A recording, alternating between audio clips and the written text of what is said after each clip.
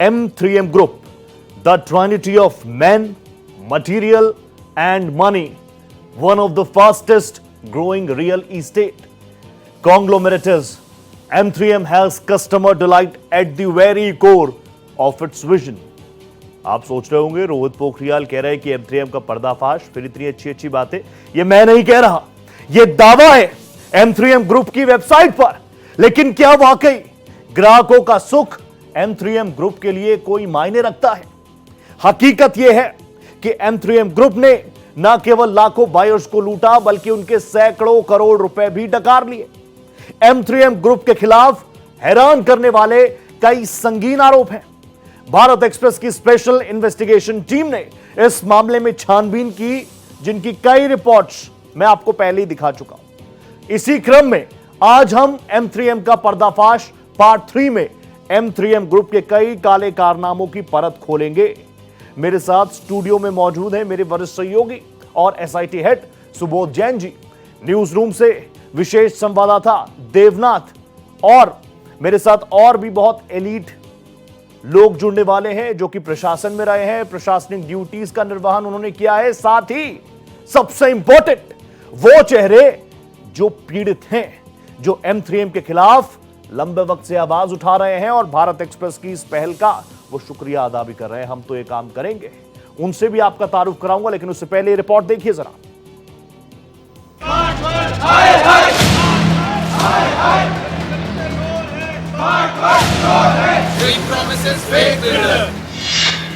Bharat express की खबर का बड़ा असर।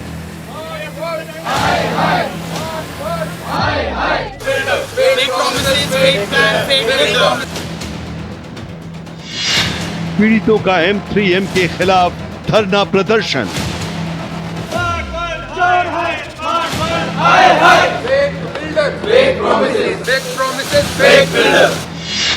M3M की बढ़ी टेंशन।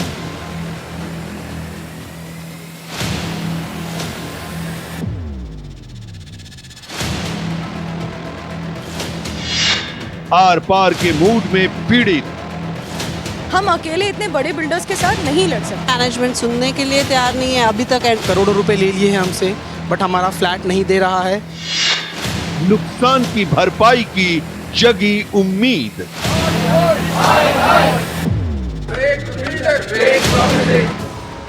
भारत एक्सप्रेस की स्पेशल इन्वेस्टिगेशन टीम के हाथ ऐसी तस्वीर लगी है जो M3M ग्रुप के मालिकों द्वारा बायर्स और किसानों से ठगे गए हजारों करोड़ रुपयों के बेजा इस्तेमाल की पुष्टि करती है। किसान और बायर्स के साथ करोड़ों अरबों की धोखाधड़ी और हेराफेरी करने वाले M3M ग्रुप के मालिक और इसके एम्प्लॉय इंडोनेशिया के बाली द्वीप में मौज करते हैं। धोखा, गुंडागर्दी और हेराफेरी से कमाई अकूत संपत्ति के दम पर बंसल बंधु ने अपना एक ऐसा रुतबा बनाया कि उसके खिलाफ सिस्टम भी फेल है।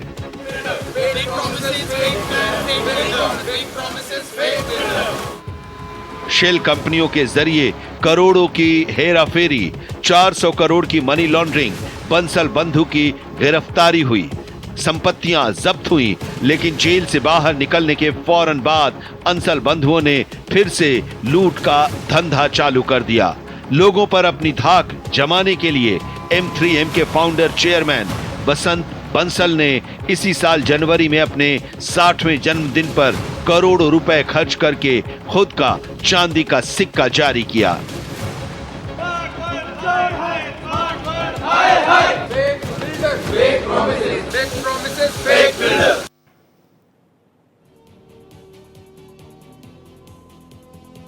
तो आप देखिए, लोग लंबे वक्त से पीड़ित थे, अपनी आवाज उठाने का प्रयास कर रहे थे। वो साफ तौर पर कह रहे हैं कि उनको एक क्लैरिटी तो मिले। सरकार, प्रशासन, नुमाइंदे, जनप्रतिनिधि, पुलिस सबके पास हो जा चुके थे।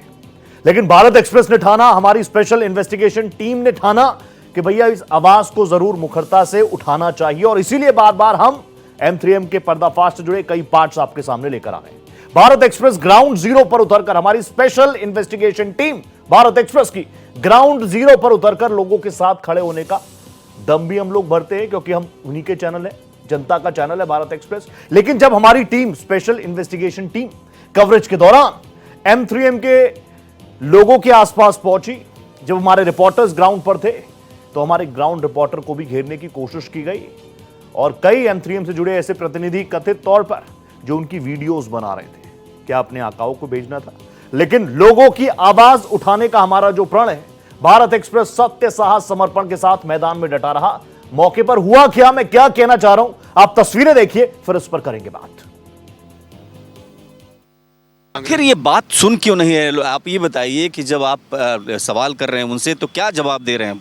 कोई मिलने की कोशिश नहीं कर रहा। जवाब नहीं दे रहे जी। हमने फ्लैट देखने के बाद इतने व्हाट्सअप किए हैं, मैसेज दिए हैं, फ़ोन किए हैं, कोई जवाब नहीं आता उनसे। क्या रिकॉर्ड कर रहे हो भैया? आ जाओ ना, यहाँ रिकॉर्ड करो ना। आप आइए यहाँ रिकॉर्ड करिए। ऐसे कैसे रिकॉर्ड कर रहे हो? हम रिकॉर्ड कर रहे हैं। चलिए ठीक है, कोई बात नहीं, आप रिकॉर्ड कर रहे हैं ना, रिकॉर्ड करिए। ऐसे थोड़े होता है कि आप क्या रिकॉर्ड कर रहे हो। क्या ऐसे सीधे करो ना रिकॉर्ड, झूठ क्यों दिखा रहे हो? सीधी सी बात है, बताओ, बता दो क्या रिकॉर्ड कर रहे हो आप? क्या रिकॉर्ड कर रहे हैं सर? हम अपनी ड्यूटी दे रहे हैं। क्या ड्यूटी कर रहे हो? हमारी यहाँ कार पार्किंग में ड्यूटी है सर। अच्छा, क्या रिकॉर्ड कर रहे हो? आप लोग यहाँ आए हो तो हमें भी तो इन्फॉर्म करना पड़ेगा। चलिए ठीक है। तो मैंने आपसे वादा किया था और सिर्फ अपने बलबूते वादा नहीं किया था, क्योंकि मुझे पता है भारत एक्सप्रेस की टीम, हमारी स्पेशल इन्वेस्टिगेशन टीम अगर मैदान में उतरी है तो जब तक अंजाम तक नहीं पहुंचाएंगे वो ग्राउंड पर रहेंगे। मेरे पास बहुत इंपॉर्टेंट फेसेस जुड़ चुके हैं। जल्दी से आपका मैं तारुफ करा देता हूं। मेरे साथ मुकेश कुमार मीना जी हैं, जो कि फॉर्मर डीजीपी हैं, गोवा में सेवा दी है, मिजोरम में सेवा दी है। नमस्ते मीना साहब, बहुत स्वागत आपका भारत एक्सप्रेस पर। मेरे साथ संजय चड्ढा साहब जुड़ रहे हैं, जो कि अधिवक्ता है सुप्रीम कोर्ट में। नमस्ते संजय जी, बहुत दिनों बाद आपसे मुलाकात हुई। अच्छा है, ऐसे मुद्दों पर आप बहुत मुखरता से बोलते हैं, थैंक यू, आप आए। मेरे साथ डॉक्टर अशोक हैं, जो कि पीड़ित हैं, जो कि लंबे वक्त से अपनी आवाज उठा रहे हैं। अशोक जी, आपका भी स्वागत है। और मेरे साथ अजीत सिंह भी जुड़ेंगे, वो भी पीड़ित हैं, उनका भी दुख दर्द सुनेंगे, इसीलिए तो भारत एक्सप्रेस है जनता की आवाज है। लेकिन शुरुआत मैं करूंगा मेरे एसआईटी हेड, मेरे वरिष्ठ सहयोगी सुबोध जैन जी, जो कि मेरे साथ बने हुए हैं। सुबोध जी, पार्ट 3 तक हम पहुंच गए हैं। आपने मुझसे वादा किया था कि रोहित, हमारी इन्वेस्टिगेशन अभी जारी रहेगी, रिपोर्ट्स आती रहेंगी, और आप मेरे से तो अपना वादा निभा ही रहे हैं, हमारे दर्शकों से अपना वादा निभा रहे हैं। आपकी इन्वेस्टिगेशन अब कितनी आगे बढ़ रही है, क्या कुछ नई डिटेल्स हैं? देखिए रोहित, जब हमने इस M3M ग्रुप के बारे में छानबीन शुरू की थी तो हमें भी उम्मीद नहीं थी कि हमारे सामने इतनी सारी जानकारियां आएंगी। हमारे पास कुछ दस्तावेज मिले थे हमें जी 2023 में जब हमने स्टोरी की। उसके बाद फिर लोगों ने हमसे संपर्क किया और बताया कि M3M ग्रुप की गुंडागर्दी लगातार बढ़ती जा रही है और जो लोग हैं उनके हक को मारा जा रहा है। अभी इससे पहले जो जानकारी हमें मिलती थी उसके अंदर केवल एक जानकारी आई थी कि M3M ग्रुप ने कैसे इतना बड़ा एक समूह खड़ा किया, इतनी अकूत संपत्ति कमाई, कैसे घोटाले किए, कैसे मनी लॉन्ड्रिंग की, कैसा पैसा ऑफशोर कंट्री के अंदर ट्रांसफ़र किया और कैसे गवर्नमेंट के साथ में चिटिंग की। मतलब उनको जो income tax, service tax, GST, stamp duty, उसके अंदर किस तरह से हेरा फेरेगी जी। तो हमारी इन्वेस्टिगेशन बेसिकली वहीं तक सीमित थी। लेकिन अभी जब हमने उस चीज़ को दोबारा से स्टार्ट किया तो हमारे पास बड़ी संख्या में पीड़ित लोगों ने हमसे संपर्क किया जी और हर किसी का ये कहना है कि उन लोगों को इन लोगों ने झूठे वायदे, झूठे सपने दिखाकर ठगा। अभी जब मैंने उसी सिलसिले में आज हम एक डाटा तैयार कर रहे थे और काफ़ी सारी चीज़ें हमने आज पढ़ी तो उसके अंदर एक बड़ी दिलचस्प बात सामने आई जी कि M3M ग्रुप हिंदुस्तान का शायद ऐसा पहला कोई बड़ा ग्रुप है जो कंस्ट्रक्शन के काम में है, जो बिल्डिंग्स, अपार्टमेंट बनाता है, कि जिसका पैसे का, कैश का लेन देन सबसे ज़्यादा है। एक रिपोर्ट थी सरकारी जिसके अंदर जो इनके खिलाफ आरोप थे वो सामने आया था कि इस ग्रुप ने, M3M ग्रुप ने करीब 10,895 करोड़ रुपए का लोन एक टाइम में बैंक से और अदर फाइनेंशियल इंस्टीट्यूट से लिया था जी, जबकि 30,000 करोड़ रुपया लोगों से जुटाया गया था। लोग वो थे जो इनके प्रोजेक्ट में इन्वेस्टमेंट करते थे, जो इनके प्रोजेक्ट में अपना पैसा इन्वेस्ट करते थे, जो इनसे अपना प्रोजेक्ट के अंदर कोई फ्लैट या कोई प्रॉपर्टी खरीदना चाहते थे। उन लोगों को सपने दिखाए गए कि आपको 12 से 18% का रिटर्न मिलेगा, इंश्योर्ड रिटर्न मिलेगा हाँ। और उनसे पैसा लिया गया और उसके अंदर भी बहुत सारा लेन देन कैश में हुआ था। तो ये अपने आप में बड़ी चौंकाने वाली बात थी, क्योंकि ये जो गवर्नमेंट की रिपोर्ट्स हैं और जो जांच चली है इनके खिलाफ ED के अंदर या CBI के अंदर, उसके अंदर ये सबसे बड़ी बात आई कि 2004 में ताउडू गांव के रहने वाले बसंत बंसल और रूप बंसल ने रियल स्टेट इंडस्ट्री के अंदर अपने पैर जमाने शुरू किए थे। गुड़गांव के अंदर कुछ बड़े ग्रुप हैं, मैं नाम किसी का नहीं लेना चाहूँगा क्योंकि हम जिनके बारे में कोई आरोप नहीं और तथ्य नहीं है उनको हम बदनाम नहीं करना चाहते। तो कुछ बहुत बड़े रियल एस्टेट ग्रुप हैं जिनके लिए बेसिकली लैंड पार्सल की दलाली करते थे, उन लैंड पार्सल एजेंट थे, उनको खरीदते थे और उनसे पैसा कमीशन लेते थे। तो इस दौरान इन लोगों ने, जो गवर्नमेंट रिपोर्ट्स हैं, जो हमारे पास डॉक्यूमेंट्स हैं, उनके अंदर ये लिखा हुआ है कि इन लोगों ने वहाँ पर कमीशन तो लिया और कुछ गलत तरीकों से इतना पैसा बनाया कि एक ब्लैक मनी के थ्रू इन्होंने बेनामी संपत्तियां भी खरीदनी शुरू कर दी। ठीक है। और उसके अंदर कई बड़े नेता जो हरियाणा से बिलोंग करते हैं, जिसके अंदर पूर्व मुख्यमंत्री हुड्डा का नाम तो कई बार रिपोर्ट्स के अंदर सामने आ चुका है, बाकी लोग भी शामिल रहे हैं। ठीक है। तो ये पूरा एक माया जाल है। ये माया जाल है या मकड़ जाल है? जैसे जैसे हम लोग आगे बढ़ रहे हैं, हमारी टीम, स्पेशल इन्वेस्टिगेशन टीम आगे बढ़ रही है भारत एक्सप्रेस की, एक के बाद एक कई परतें खुल रही हैं। देवनाथ प्लीज एक बार जल्दी से बता दीजिएगा थोड़े क्रिस्प अंदाज में, क्या कुछ हुआ आज? हैरत करूं, मलाल करूं या गिला करूं, गैर लग रहे हो बताओ क्या करूं।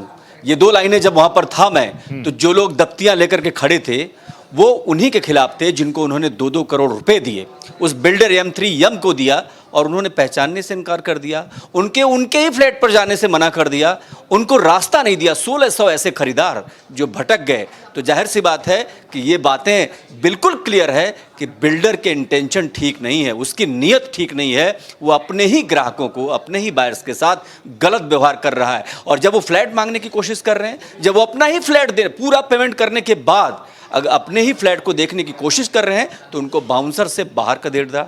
ये क्या तरीका है? तो जाहिर सी बात है कि ये जो हुआ आज, जब मैं वहाँ पर गया, ग्राउंड पर जब गया, तो मैंने देखा कि बहुत सारे लोग दफ्ती लेकर के कुछ लिखा हुआ स्लोगन जिसमें कहा गया है कि जो कमिटमेंट बिल्डर ने किया उसको क्यों नहीं पूरा किया। जब हमने पैसा दिया, हमने सब कुछ दिया, अपनी गाड़ी कमाई दे दी, इसके बावजूद भी बिल्डर हमें हमारा घर क्यों नहीं दे रहा है। इन्हीं सवालों के साथ जब भारत एक्सप्रेस ने बात की तो कईयों की आंखें छलक आईं। कई लोगों ने कहा कि किस तरीके से हम परेशान हो गए हैं, हम लगातार उनको मेल लिख रहे हैं, उनको मैसेज कर रहे हैं, लेकिन अधिकारी जो उनके M3M के बिल्डर के जो अधिकारी गण हैं, जो उनके कर्मचारी गण हैं, उनका तरीका क्या है? बेहद बेहद कायराना। और इसके अलावा जब हम शूट कर रहे थे रोहित, तब वहां पर ग्राउंड पर देखा मैंने कि चारों तरफ एक घेरा बनाया जा रहा था।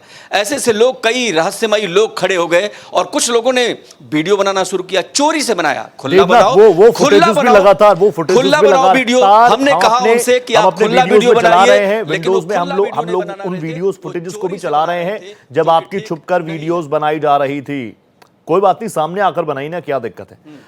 मुकेश कुमार मीणा जी मेरे साथ जुड़े हुए हैं। सर मैं आपके पास आ गया अभी, क्योंकि हम लोग आपस में संवाद करते हैं। सुबोध जी मेरे साथ ही हैं, हम लोग काफ़ी अच्छे हैं, बात करते हैं। तो ऑब्वियसली आप मुझे तो नहीं जानते, या जानते होंगे नहीं पता, लेकिन मैं आपको जानता हूं। सुबोध जी के साथ भी जब मैं बात करता हूं, आपके बारे में बात होती है। और हम तो चला रहे हैं कि गोवा, मिजोरम, लेकिन आपके वो शानदार काम जब आप दिल्ली में थे, ACB एंटी करप्शन ब्यूरो में थे, आपके काम बहुत शानदार थे। और ये बात मैं इसलिए बता रहा हूं क्योंकि जो पीड़ित हमारे साथ बैठे हैं ना, वो समझे इस बात को कि उनके दुख दर्द कहां तक उनकी बात पहुंच रही है। तो मीणा सर, इस तरीके का माहौल है क्या? बिल्कुल NCR से सटा हुआ, दिल्ली से सटा हुआ, गुरुग्राम में जहां पर इतना बड़ा साम्राज्य M3M का खड़ा हो गया, और अब लोग अगर वहां पर जा रहे हैं तो बाउंसर से उनको पिटवाया जा रहा है। इसमें एक्चुअली अगर इन्होंने पेमेंट कर दिया है और टर्म्स और कंडीशंस इनकी तरफ से फुलफिल कर दी है, तो उनको मैनेजमेंट को चाहिए कि इनको टाइमली अपना घर वगैरह दें और जो इनका पोजीशन वगैरह दें। अगर इस तरह की बातें नहीं कर रहे तो इनके खिलाफ चीटिंग का मुकदमा दर्ज बनता है और रेस्पेक्टिव पुलिस स्टेशन में जाएं, रेरा में भी कंप्लेंट करें, क्योंकि रेरा अथॉरिटी एक बनाई है सरकार ने, उसके लिए इनको अप्रोच करना चाहिए, पुलिस में कंप्लेंट देनी चाहिए।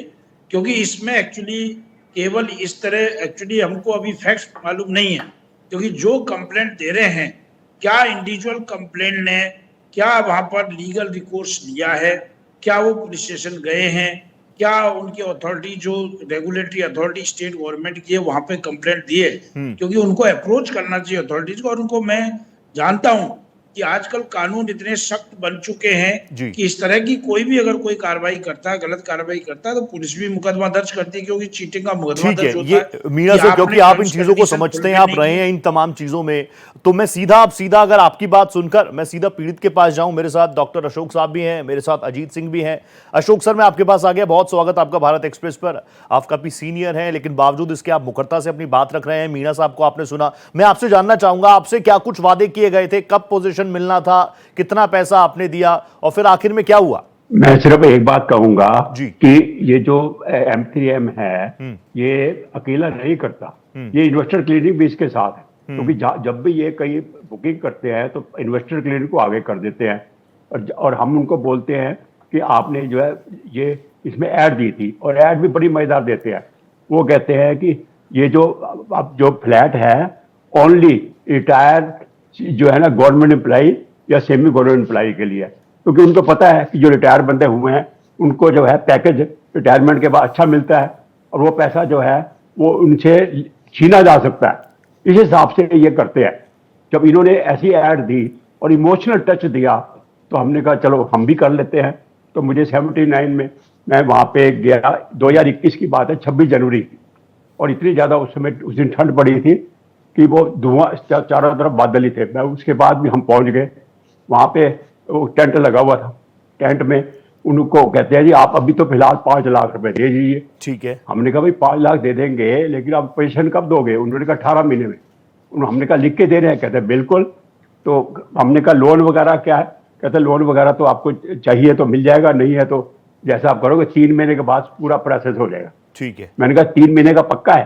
कहते हैं हाँ, वो भी आपको लिख के दे रहे हैं। मैंने कहा ठीक है। हमने उनको 5 लाख का चेक दे दिया इन्वेस्टर क्लिनिक के थ्रू। और उन्होंने कहा ये इन्वेस्टर क्लिनिक थ्रू होगा, और इन्वेस्टर क्लिनिक ने कमीशन भी लिया। ये हर एक से जिससे भी इन्वेस्टर क्लिनिक से करवाते हैं उनसे कमीशन भी लेते हैं। ठीक। अच्छा, उसके बाद इन्होंने कहा, वहीं पर अनाउंस करा कि जिन्होंने आज बुकिंग करी है उनको 30,000 रुपए के हम जो है अमेजोन के वोचर फ्री दे रहे हैं। हाँ। आप कुछ भी खरीद सकते हो। आपको अभी तक कुछ और चीज दी? अभी तक आपको जो वादे आपसे किए गए थे, कोई सुनवाई हो रही है आपकी कहीं पर? नहीं, कुछ भी नहीं हुआ। उसके नहीं बाद तो इन्होंने ऐसे हुआ कि जैसे हमने 5 लाख दे दिया, हमारी ड्यूटी खत्म और उनकी ड्यूटी भी खत्म। उसके बाद ना तो उन्होंने मिलना शुरू करा। ठीक है, मैं जल्दी से संजय सर आपके पास आ गया। संजय सर नमस्ते। आप तो हमेशा मैंने देखा है आप लोग आप वैसे भी जुड़ते हैं हमारे साथ अलग अलग मुद्दों पर, लेकिन ये बात हम कर रहे हैं दिल्ली एनसीआर, दिल्ली से सटा हुआ गुरुग्राम, M3M इतना बड़ा नाम, कहीं भी आप चले जाइए, गुड़गांव में आप घूमिए, मेट्रो में आप घूमिए, आपको बड़े बड़े होर्डिंग्स नजर आ जाएंगे। जो इनके प्रमोटर्स हैं, मालिक हैं, वो डोनाल्ड ट्रंप के साथ तस्वीरें खिंचवा कर साझा कर रहे हैं, बताना चाह रहे हैं कि हम कितने बड़े हैं। और आम लोग जो पीड़ित हैं उनके पास जाते हैं तो बाउंसर्स रखे हुए हैं। देखिए, 2-3 चीजें बहुत अहम रोहित, प्लीज। जैसे मीणा जी ने बताया, 4-5 ऑप्शंस हैं इन लोगों के पास जहां पे भी, क्योंकि जो सही तथ्य हैं जैसा कि अभी बोल रहे थे हमारे सीनियर सिटीजन साहब, उन्हों के साथ, और देखिए बहुत परिपक्व लॉ रेरा के रूप में हम लोगों के समक्ष है, कंज्यूमर प्रोटेक्शन एक्ट है हम लोगों के पास, आर्बिट्रेशन अगर क्लॉज है इनके एग्रीमेंट पे तो आर्बिट्रेशन वाली व्यवस्था भी है, और इन सब से ऊपर अगर चीटिंग और दुर्व्यवहार, चोट पहुंचाई है किसी भी तरीके से, तो क्रिमिनल एक्ट बहुत क्लियरिटी से कर सकते हैं। लेकिन तथ्यों को देखना, तथ्यों का अवलोकन करना बहुत ही आवश्यक है। जब तक कि आपके पास सब्सटेंस ना हो तो आप इसमें ज्यादा एक्शन नहीं ले सकते हैं। लेकिन जैसा अभी बताया कि 18 महीने का 2021 में वादा किया और उसके बाद नहीं दिया, clear cut violation, clear cut case of तीनों में से किसी भी किसी को भी अपना सकते हैं। संजय सर, आपने काफी इंपॉर्टेंट पॉइंट्स रखे। आपने रेरा का जिक्र किया, हरेरा है, लेकिन मैं मीडिया रिपोर्ट्स में पढ़ रहा हूं कि रेरा हरेरा ने एक्शन लिया, ईडी एजेंसी पहुंची, ईडी ने तो तिहाड़ तक की हवा इनको खिला दी, लेकिन कानून बहुत सारे हैं लेकिन डर बिल्कुल नहीं है। और क्यों क्रियान्वयन कैसे होगा, ये एक बड़ा सवाल है। मैं इस पर भी आपसे बात करूंगा क्योंकि आप इन चीजों को टेक्निकली मुझे आसान भाषा में समझा पाएंगे। इंडोनेशिया में मौज मस्ती और उसके बाद भारत में चांदी के सिक्कों की खनक। M3M ग्रुप मानो कानून को चिढ़ा रहा हो, सिस्टम को आईना दिखा रहा हो। भारत एक्सप्रेस ने जैसे ही M3M ग्रुप की काली हकीकत से पर्दा हटाना शुरू किया तो इसके सताए हुए किसानों और पीड़ित खरीदारों को मानो नई उम्मीद मिल गई हो। बड़ी संख्या में लोगों को यह उम्मीद जगी कि कोई तो है जो उनके दर्द को मिटाने के लिए खड़ा है। वही बड़ी संख्या में M3M ग्रुप द्वारा ठगे गए बायर्स खुलकर विरोध में उतर आए हैं। अपने रसूख के दम पर किसानों और बायर्स के हड़पे पैसे पर ऐश करने वाले M3M ग्रुप की काली करतूतों से पर्दा उठ चुका है। सत्य, साहस और समर्पण के साथ भारत एक्सप्रेस ने उसका पर्दाफाश किया है। बिल्डर सुन नहीं रहा है, इतने सारे लोग परेशान हैं। किसान और बायर्स की उम्मीदें बढ़ी हैं और वो खुलकर विरोध में उतर आए हैं।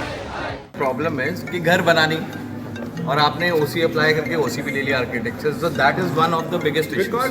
But I can tell you J1 to J9 the flats are raw, last year भी नहीं हुआ है। I can send you the videos जो अंदर से लोगों ने ली हुई हैं खुद। आपने सुपर एरिया 80 स्क्वायर फीट बढ़ाया, 90 जितना भी बढ़ाया, कैलकुलेट करा है ना, show it to the buyer ना। जब हमारी पेमेंट डिले होती है या हम आपको पेमेंट टाइम पे देते हैं, आप हमसे प्रूफ मांगते हो, हम आपसे प्रूफ मांग रहे हैं ना, आप दिखाओ कनेक्टिविटी का है, हमसे मांग लेते हो।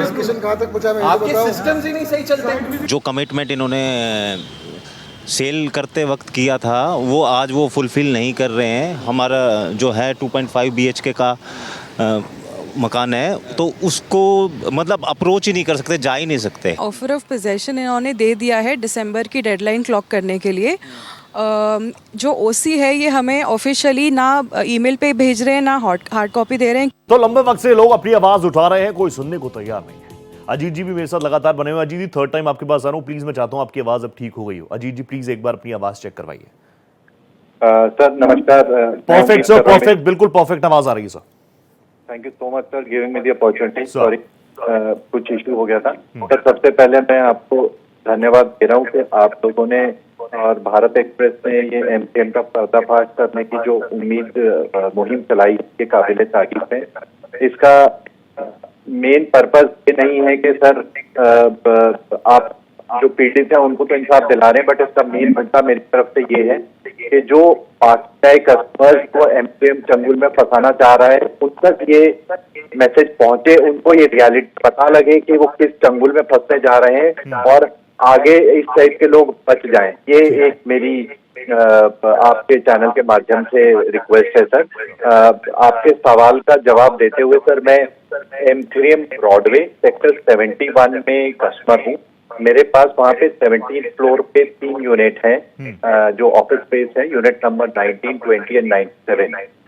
सर ये तीनों यूनिट का 100% पैसा मैं दे चुका हूँ और ये तीनों यूनिट की जो रजिस्ट्री है जो हम जो कन्वेंस डीड बोलते हैं वो बादशाहपुर तहसील में मेरे और मेरे वाइफ के नाम पे रजिस्टर्ड है। I am the legal owner of the unit. लेकिन M3M की आप गुंडागर्दी देखिए, उनकी हिम्मत देखिए सर।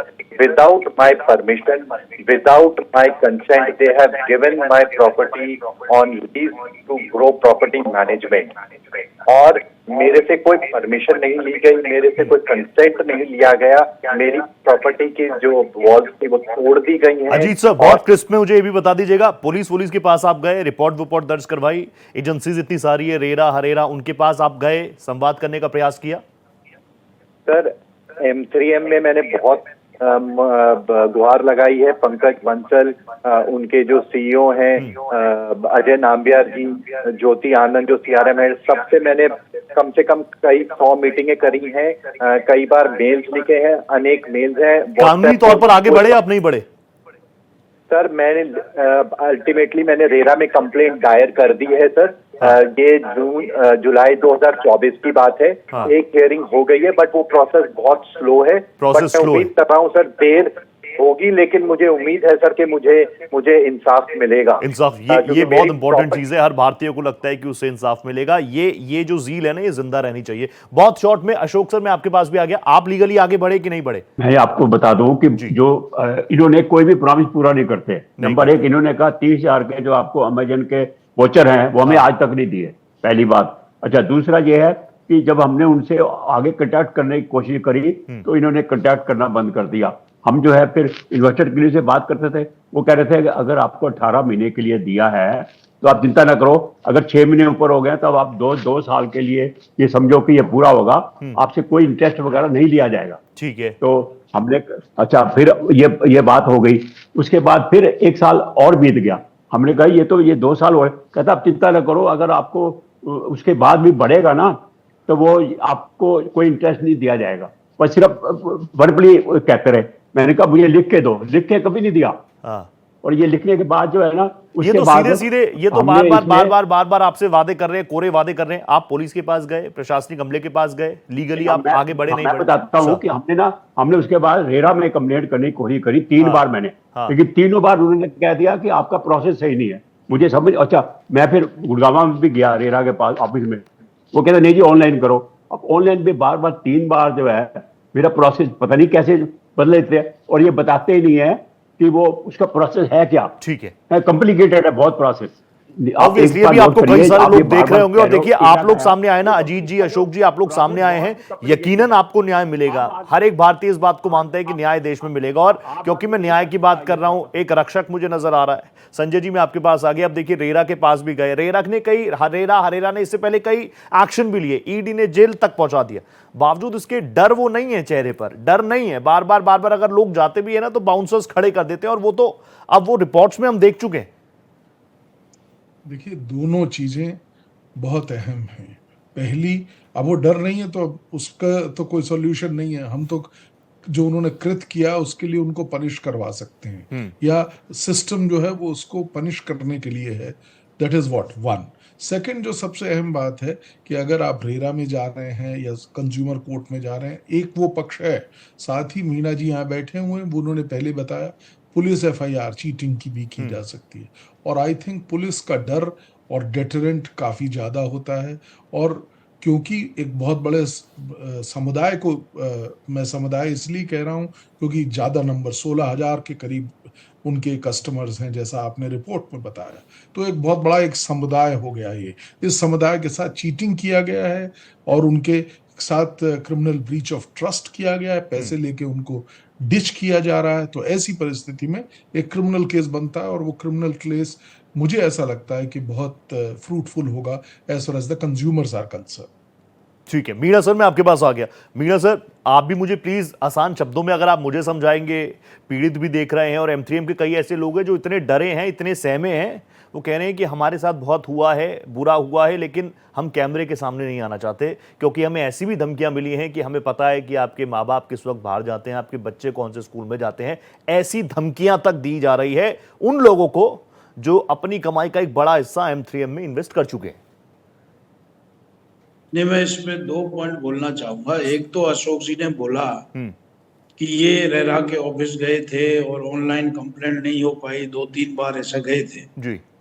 मैं ये कहना चाहूंगा, ये एक सारे डिपार्टमेंट का एक फैशन हो गया है ऑनलाइन कंप्लेंट लेना। जी, ठीक है, आप ऑनलाइन कंप्लेंट लो, लेकिन ऑनलाइन कंप्लेंट जब बेसिकली जब कंप्लेनेंट आपके ऑफिस पहुंच ही गया है तब फिजिकल कंप्लेंट ले लो। एक सिस्टम होना चाहिए सारे डिपार्टमेंट में, उसको ऑनलाइन ये डिपार्टमेंट पर्टिकुलर डाले।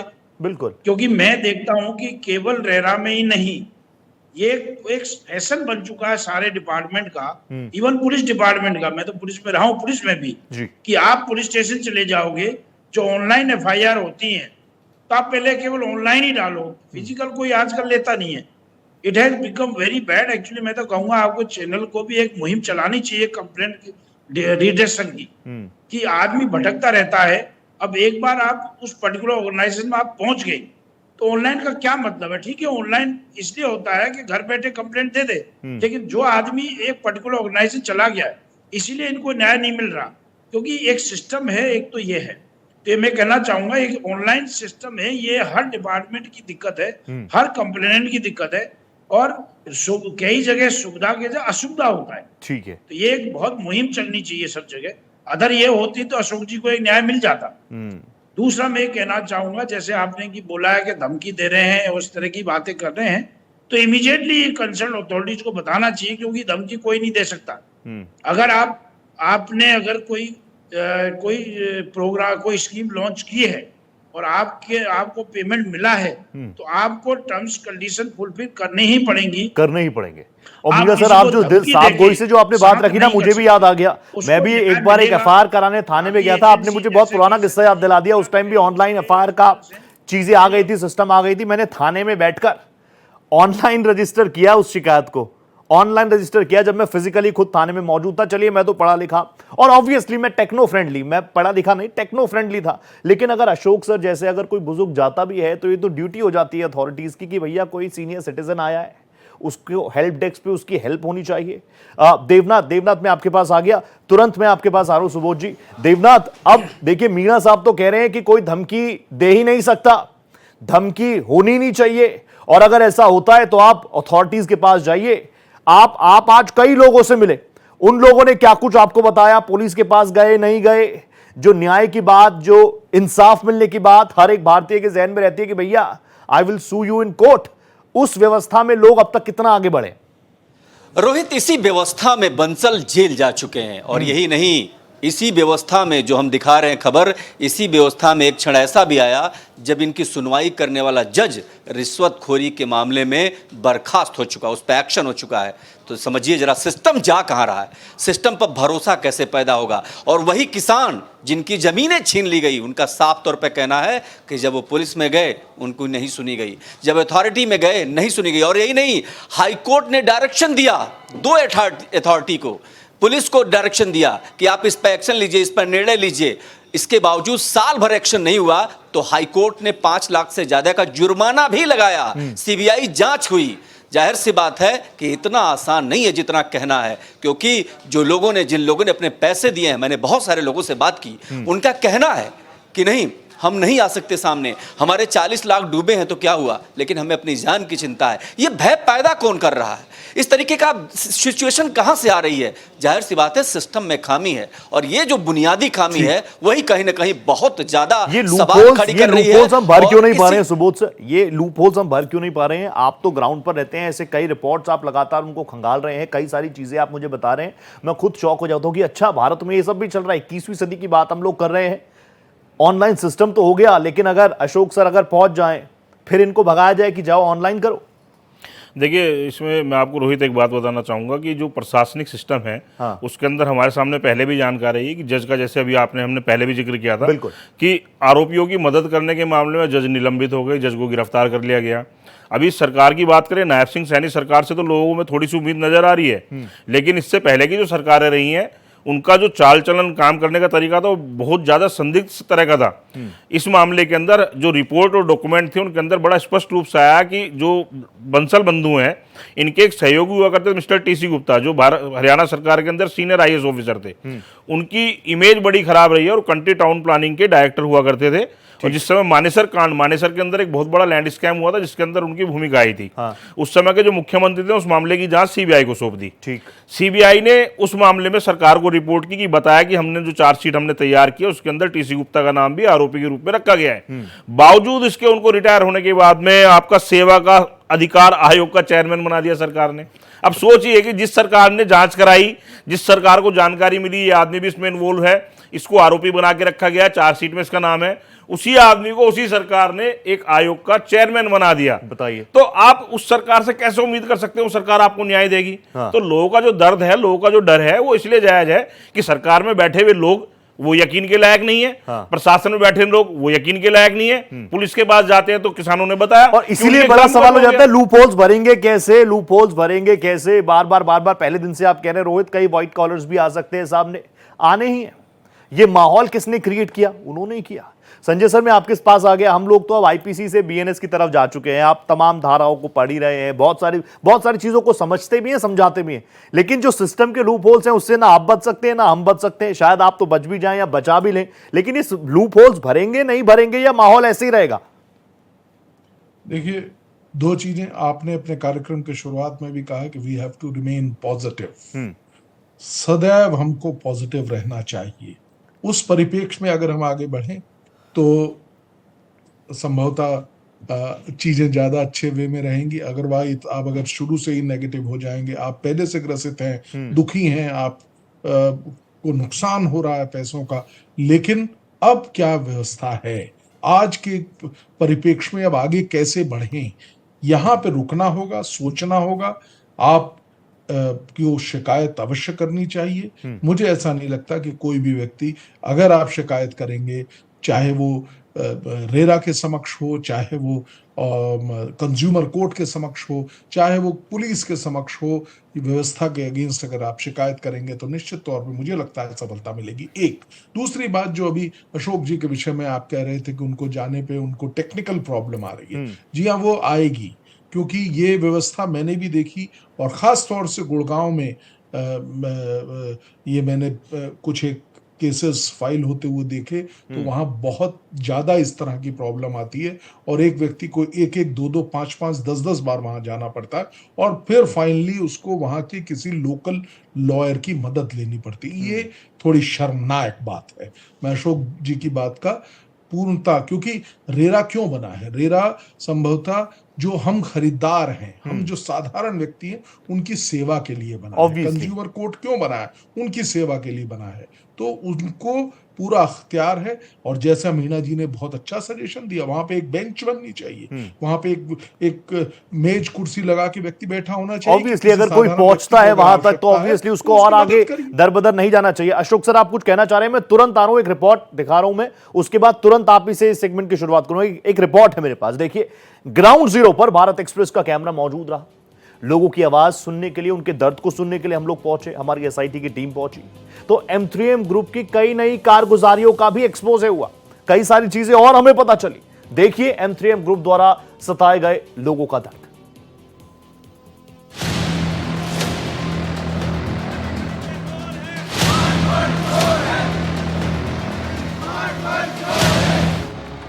बड़ी तादाद में M3M से पीड़ित लोगों ने उसके खिलाफ जमकर नारेबाजी की और हक की आवाज को बुलंद किया।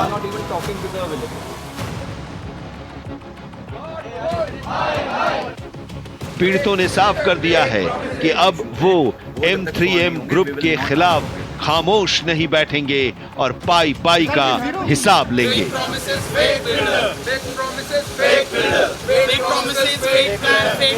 क्या वजह है M3M को लेकर के लगातार शिकायतें आ रही हैं और M3M लगातार इसको नज़रअंदाज कर रहा है? आप लोग सोचते हैं ये बड़ा बिल्डर है, क्या मनमानी कर रहा है? बिल्कुल मनमानी कर रहा है जी।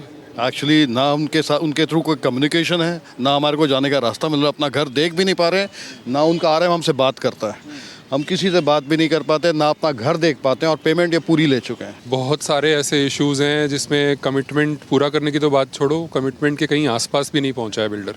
अल्ट्रा लग्जरी प्रोजेक्ट बोल के बेचा गया था, end to end connected project बेचा गया था। मतलब डॉक्यूमेंट्स हमारे पास आ गए हैं, लेकिन पोजीशन का हमें कोई डेट क्लैरिटी नहीं कि कब तक क्या होगा। सब ऑन पेपर आया है, बट कुछ क्लैरिटी नहीं कि क्या हमारे कनेक्टिविटी कैसे होगी घर की। तो लोगों की आवाज भारत एक्सप्रेस ऐसे ही उठाता रहेगा। मैं सीधा जा रहा हूं अशोक सर के पास। अशोक सर, आप कुछ कहना चाह रहे थे, प्लीज सर। हाँ जी सर, मैं सिर्फ यही बात कहना चाहता हूँ कि रेरा के बारे में कि बिल्कुल मेरी जब उन्होंने पहली बार कंप्लेंट नहीं ली, उसके बाद हमने फिर मैं घर आया, मेरा बेटा है राहुल का बंदा, उसको वो काफी वो MBA है और उसको मैंने कहा आप करो। उसने भी 2 बार कोशिश करी और ये कंप्लेंट इतनी कॉम्प्लिकेशन नहीं हुई। फिर मैं कंप्लेंट लेके फिर दोबारा गया रेरा के ऑफिस में, मैंने उनको बोला सर वो नहीं हो रही है, आप यहाँ पे क्यों नहीं लेते हो? कहते आपको एक अच्छा सेशन दे। मैंने कहा बोलिए। कहता वकील कर लो। मैंने कहा वकील करोगे तो वो आपके अपने आप ऑनलाइन कर देगा। बिल्कुल मीना जी ने इतनी बढ़िया बात कही कि वो क्यों नहीं वो अपनी वहीं पे जो है बेंच बिठा के लेते। अब मैं फिर वकील के पास गया, सुन लीजिए आप मेरी बात। मैं फिर अपने गुड़गांव कोर्ट में गया, मैंने कहा कौन है क्योंकि ऐसे ऐसे करता है। उन्होंने कहा एक स्पेशल इधर बेंच बना हुआ है, अब उधर चले जाइए। मैं वहां पे गया, मैंने कहा जी मुझे ऐसे ऐसे ये मेरी प्रॉब्लम आई है रेरा में, वो करना है और एक में ये M3M के थ्रू ये अगेंस्ट करना है। तो उन्होंने कहा जी 21,000 पे लेंगे। अब मैंने कोई कहता है 31,000 पे लेंगे। अब 21,000 पे और दे दो, आगे पैसे डूबे पड़े हैं और देते रहो और फिर चक्कर भी मारो वकीलों के। तो ये चीज मैं समझ नहीं आती कि वहां पे रेरा ठीक है सर, ना भाई आपका पॉइंट आ गया, मैंने इस पॉइंट को नोट डाउन कर लिया। इस पर भी मैं हाँ सर प्लीज पढ़े लिखे नहीं है वो जो है क्या जब कम पढ़े लिखे वो तो आगे कोई केस ही नहीं कर सकते। नहीं, न्याय पे अधिकार सबका है, कोई पढ़ा लिखा हो नहीं पढ़ा लिखा हो, पुरुष हो महिला हो, कोई भी हो, न्याय पर अधिकार है। अजीत सर, मैं आपके पास आ गया, मुझे कंक्लूड करना है। आपको क्या लगता है, आप संवाद कर रहे हैं M3M के अधिकारियों से, आपको लगता है न्याय इसी तरीके से मिलेगा या फिर लीगली उतरने का मन है? सर लीगली उतर चुका हूँ और लीगली उतरे बगैर न्याय नहीं मिल रहा है और M3M से मैं पिछले 2 साल से लगा हूँ, वहां से न्याय मिलने की उम्मीद भी नहीं है। मैं 2 पॉइंट छोटे छोटे रखना चाहूंगा सर, बाकी सभी प्रोस्पेक्टिव जो कस्टमर्स हैं जो सोच रहे हैं M3M से जुड़ने के लिए। पहला सर, इनका सेल करने का तरीका बहुत ही ऑर्गेनाइज्ड है। जैसा खरबंदा साहब ने बताया, इनके चैनल पार्टनर्स है, उनको बहुत मोटी कमीशन दिया जाता है, कस्टमर को ऐसे तैसे जैसे करके फंसा लिया जाए। लेकिन ग्राउंड लेवल रियलिटी, स्पेशली अगर आप कमर्शियल प्रोजेक्ट्स देखेंगे तो वहां इनकी लीजिंग एकदम फेल है। 3-3, 4-4, 5-5 साल हो चुके हैं, प्रोजेक्ट्स खाली पड़े हैं। अगर मैं SPR रोड की बात करूं, वहां पे ब्रॉडवे है, प्राइवी है, कॉर्नर वॉक है, they are not even 2% lease. उनकी लीजिंग टीम एब्सोल्यूट फेल है। दूसरा मैं प्रोस्पेक्टिव कस्टमर्स को ये भी आगाह करना चाहूंगा सर, जैसे मेरा केस है, मेरी प्रॉपर्टी होते हुए वो मेरी नहीं है, इलीगली उस पर कब्जा कर लिया गया है। M3M उससे रेंट कमा रहा है, EMI मैं भर रहा हूँ सर, EMI मैं भर रहा हूँ। मेरे पास घर खर्च चलाने के लिए मतलब इतनी तंगी है कि मुझे सोचना पड़ता है। मैं समझ सकता हूँ, यकीन मानिए हम सब लोग मिडिल क्लास लोग हैं, सबके जहन में वही सारी चीजें आ रही है कि मैं कैसे किसी पर विश्वास कर लूं, कल अगर मुझे कहीं फ्लैट खरीदना हो तो। आऊंगा सर आपके पास। देवनाथ, आज आप ग्राउंड पर भी उतरे, लोगों का दर्द लगातार हम सुन ही रहे हैं, आज आप ग्राउंड पर उतरे, लोगों में क्या उम्मीद है, न्याय मिलेगा? रोहित, एक जरा समझिए कि ये इतना बड़ा बिल्डर है M3M। M3M का मतलब समझिए मुसीबत, M3 का मतलब मुश्किलें पैदा करना, M3M का मतलब मातम। ये तीन चीजें ग्राउंड पे दिखाई देती है। 1600 लोग एक जगह फ्लैट खरीदते हैं, 1.5 करोड़ 2 करोड़ खर्च करते हैं, पेमेंट करते हैं, और बिल्डर कहता है कि उसमें जाने का रास्ता ही नहीं है। ऐसे कैसे चलेगा? ये कौन सा सिस्टम, ये कौन सी व्यवस्था है?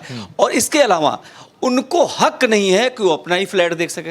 ये क्या मतलब है? तो जाहिर सी बात है, दाल में बहुत काला है। और जो बात सिस्टम की हो रही है लगातार, आप जरा समझिए, एक आम आदमी जो फ्लैट खरीदता है या फिर जो भी बायर्स है उस फ्लैट खरीदता है, वो कोर्ट कचहरी के चक्कर में बहुत मुश्किल होती है उसको, क्योंकि उसको EMI का भी जुगाड़ करना है, उसको अपने घर का खर्चा भी चलाना है, और वो कोर्ट कचहरी के चक्कर। और मैं आपको बताऊं कि यहाँ चूंकि बहुत अच्छे पैनलिस्ट हैं, उनको जानना होगा कि जिन किसानों ने इनके खिलाफ शिकायत की, पुलिस ने उनके खिलाफ ही मुकदमा दर्ज करके ये भी एक बहुत बड़ी प्रॉब्लम है, क्योंकि मुझे कंक्लूड करना है। 30 सेकंड सर, मीणा सर मैं आपको दे रहा हूं 30 सेकंड, क्योंकि मुझे कंक्लूड करना इजाजत भी नहीं है, लेकिन मैं चाहता हूं कि आप इस पैनल पर हैं। 30 सेकंड, वो लोग जो घर पर बैठे हैं इस वक्त आपको देख रहे हैं, ये इनजस्टिस है। अगर उन्होंने कंप्लेंट दी है और लीगली इनका बनता है तो पुलिस को इनका फेवर करना चाहिए था। अब फैक्ट्स क्या हैं ये नहीं पता कि क्या किस के तहत इनके खिलाफ मुकदमा दर्ज किया या इनके खिलाफ एक्शन लिया है, ये तो पुलिस ही बता पाएगी। ठीक, लेकिन इनको जस्टिस मिलना चाहिए। अगर इनको इस तरह की टर्म्स कंडीशंस हैं तो इनको किसी तरीके से इनको कोई न कोई अथॉरिटी है उनको इनको बात तो लड़ाई तो ये जारी रहेगी। 20 सेकंड सुबोध सर, लड़ाई तो जारी रहेगी। देखिए, इसके अंदर अभी कुछ लोगों से, हमारी कुछ अधिकारियों से बात है, इसके अंदर पुलिस वाले भी हैं, लॉयर भी हैं, चड्डा साहब ने भी कहा कि इसका सबसे बेहतरीन रास्ता एक्चुअली में क्या है कि ये लोग जाकर पुलिस में कंप्लेन दें, और पुलिस कार्रवाई नहीं की तो कंप्लेन केस के थ्रू कोर्ट से मुकदमा दर्ज करा सकते हैं। लेकिन एजेंसीज के पास भी जाइए, वहां पर सुनवाई नहीं हो रही, उस पर भी हम लोग बात करेंगे। फिलहाल बहुत धन्यवाद Ajit sir, thank you so much. Kharbanda sir, thank you so much, pleasure talking to you. आगे भी मैं आपसे जरूर जुड़ूंगा, बहुत धन्यवाद। Meena sir, it's a pleasure having you, thank you so much. Sanjay sir, always pleasure, thank you so much. Devnath, thank you. Subodh sir, बहुत बहुत धन्यवाद आपका। भारत एक्सप्रेस पर M3M ग्रुप के काले कारनामों के खुलासे जारी है, जिससे पीड़ित खरीदारों और किसानों की मानो नई ऊर्जा मिल चुकी हो, नई उम्मीद का संचार होने लगा हो। बड़ी संख्या में लोगों को यह उम्मीद जगी कि कोई तो है जो उनके दर्द के लिए खड़ा है, उनके लिए खड़ा है, उनके अधिकारों के लिए खड़ा है। जब भारत एक्सप्रेस की स्पेशल इन्वेस्टिगेशन टीम ने गुरुग्राम के घाटा गांव के किसानों से संपर्क किया तो उन्होंने बताया कि कैसे M3M बिल्डर ने इनके साथ जालसाजी और धोखाधड़ी को अंजाम दिया। आप भी ये रिपोर्ट देखिए। भारत एक्सप्रेस की मुहिम का बड़ा असर। M3M का पर्दाफाश, धोखेबाज बिल्डर पर कहर।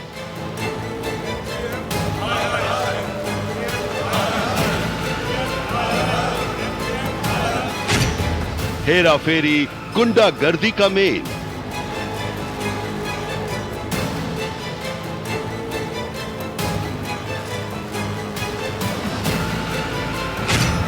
सैकड़ों एकड़ जमीन का खेल।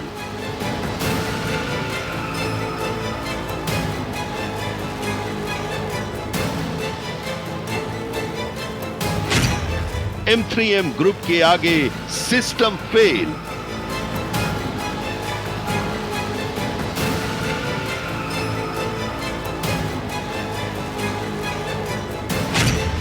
दर दर भटक रहे किसान।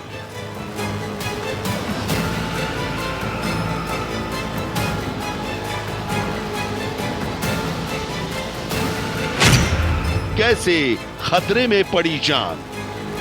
हम तो धन्यवाद करते हैं आपका इस चीज़ का, जो आप ये मुद्दा उठा के चल रहे हो। मैं तो सर आपकी सराहना करूंगा। हम तो रिक्वेस्ट करते हैं कि भी मीडिया को इसमें आगे आना चाहिए, अभी इन किसानों के साथ न्याय हो। आप लोगों ने आपके न्यूज़ के माध्यम से पहले भी दिखाया गया, हम तो ये चाहते हैं कि आप ये करते रहे, हमें इंसाफ दिलाएं। आपका बहुत बहुत शुक्रिया था, और हमारी वो इनको ऊपर तक पहुंचाया जाए। सुना आपने, किसान टूटे मन से ही सही भारत एक्सप्रेस को धन्यवाद दे रहे हैं। अपनी ही जमीन से बेदखल करा दिए गए, शिकायत के लिए पुलिस के पास गए, अथॉरिटी के पास गए, मुख्यमंत्री को पत्र लिखा, लेकिन इन सब के बदले अगर कुछ मिला तो वो है निराशा, एक अंतहीन त्रासदी।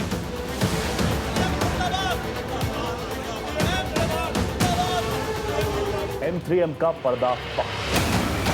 लेकिन भारत एक्सप्रेस पर खबर दिखाए जाने के बाद सूनी आंखों में चमक पैदा हुई है। उम्मीद की लकीरें अब उत्साह में बदलने लगी हैं।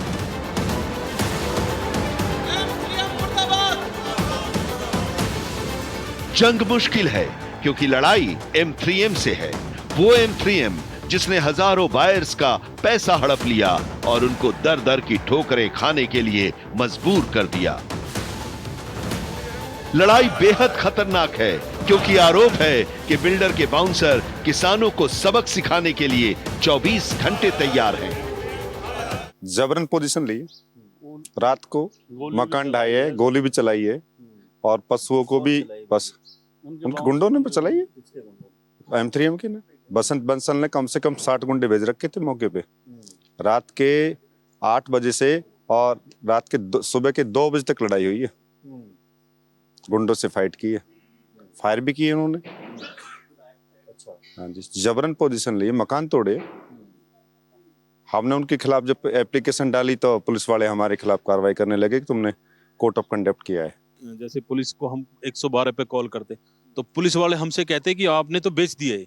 अरे सर, हमने बेच दिए है, ये आपका मामला नहीं है किसी को पोजीशन दिलाने के लिए। उनके पास कोई कोर्ट का ऑर्डर नहीं है कि पोजीशन ले लो आप इनसे। हमारा केस चला हुआ है, हम सुप्रीम कोर्ट तक गए हैं, हमारा सीबीआई में कोर्ट पेंडिंग है, केस जो पेंडिंग है। और पुलिस वाले हमारी कभी 112 की हमारी सुनवाई नहीं करते, उल्टा हमारे ऊपर मुकदमा दर्ज करते थे और बोलते थे बीच में जब पोजीशन, जिस दिन हमसे पोजीशन ली तो कुछ लोग रात को आए, जैसे हम वहां बैठे थे, हो सकता है मरवा भी दे आपको। तो इस तरह की वहां बातें चली थी उस टाइम।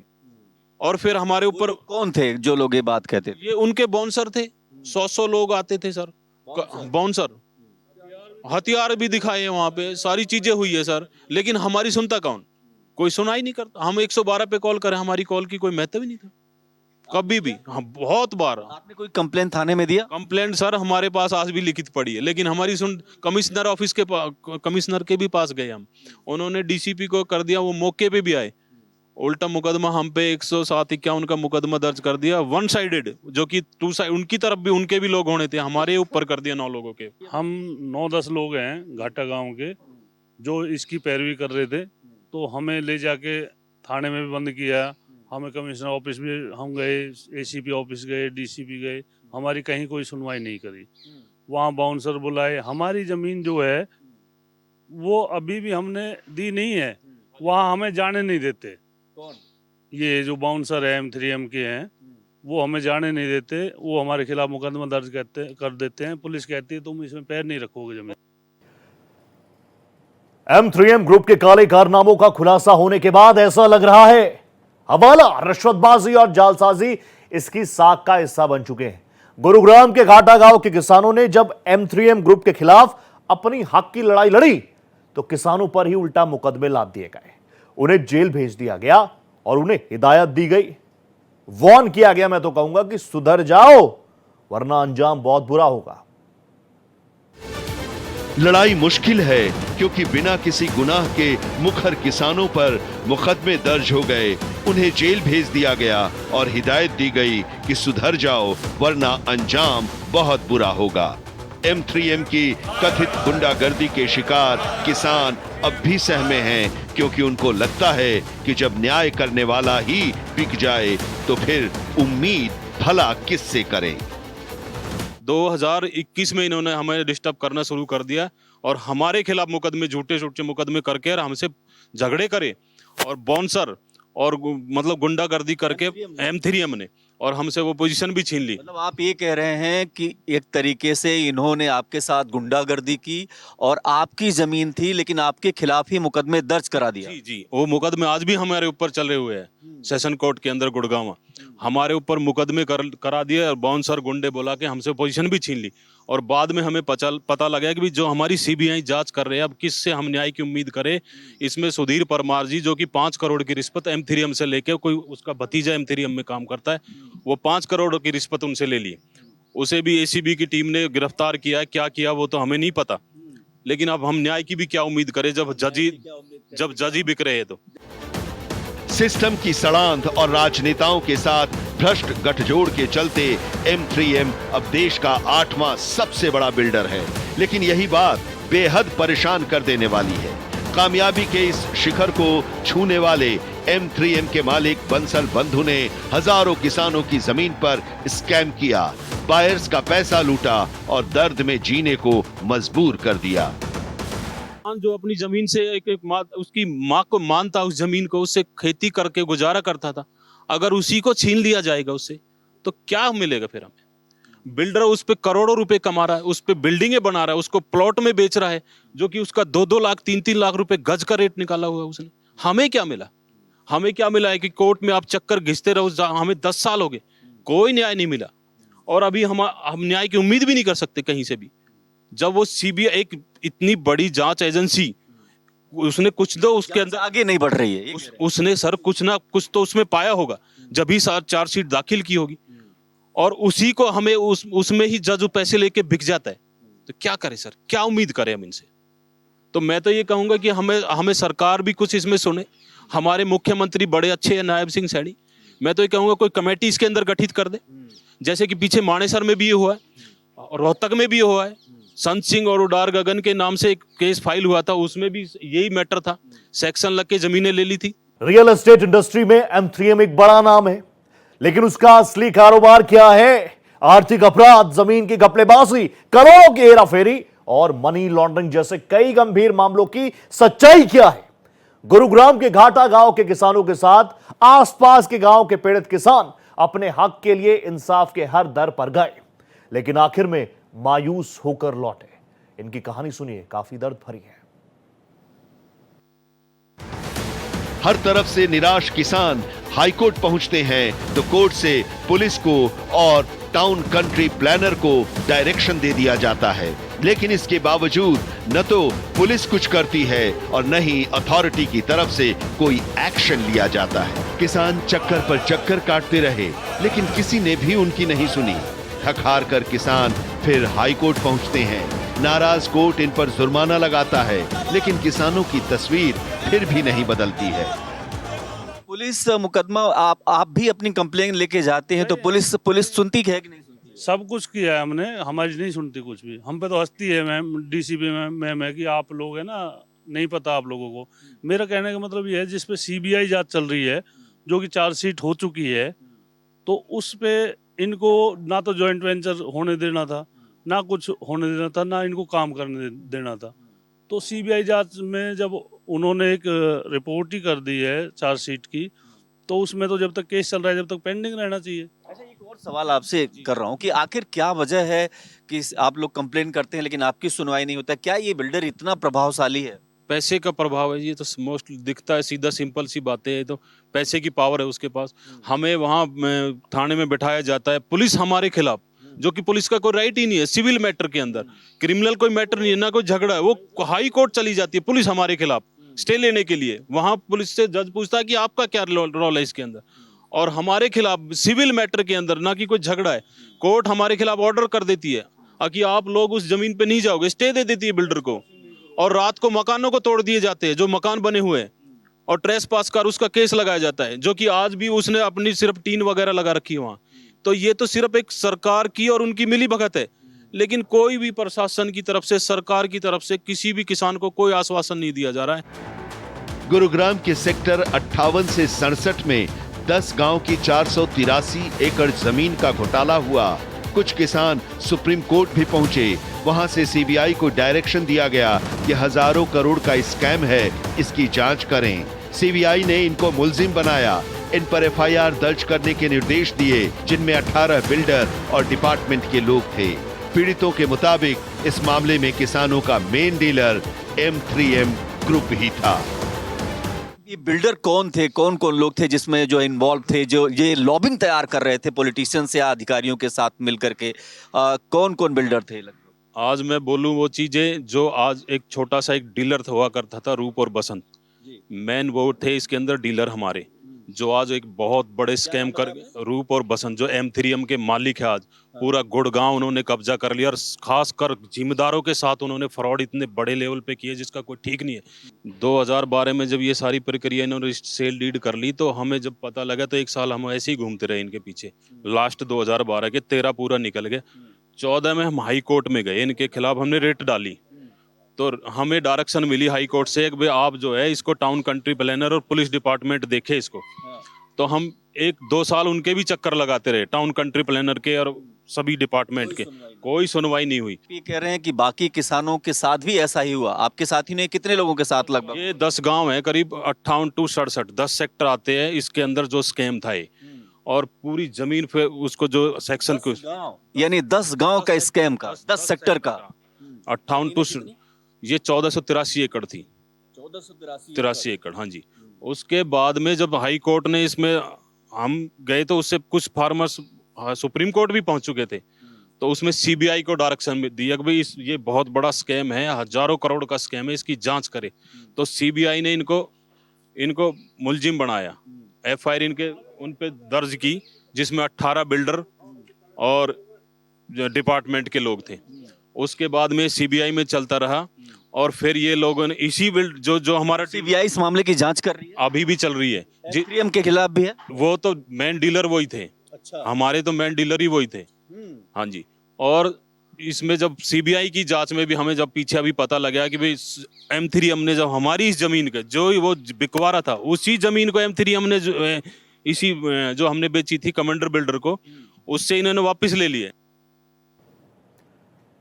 भारत एक्सप्रेस पर खबर दिखाए जाने के बाद मायूस हो चुकी आंखों में फिर से उम्मीद की रोशनी लौट आई है, और एक वादा मैं आपसे करता हूं on behalf of my team Bharat express कि भारत एक्सप्रेस इंसाफ के साथ था, इंसाफ के साथ है और इंसाफ के साथ रहेगा। आगे भी ये आवाज हम उठाते रहेंगे। फिलहाल इतना ही, नमस्कार।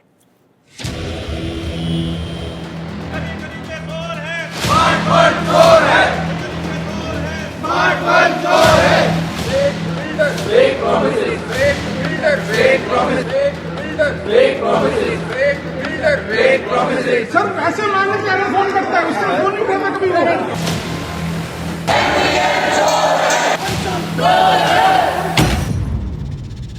On ground reality is you are not even talking to the village.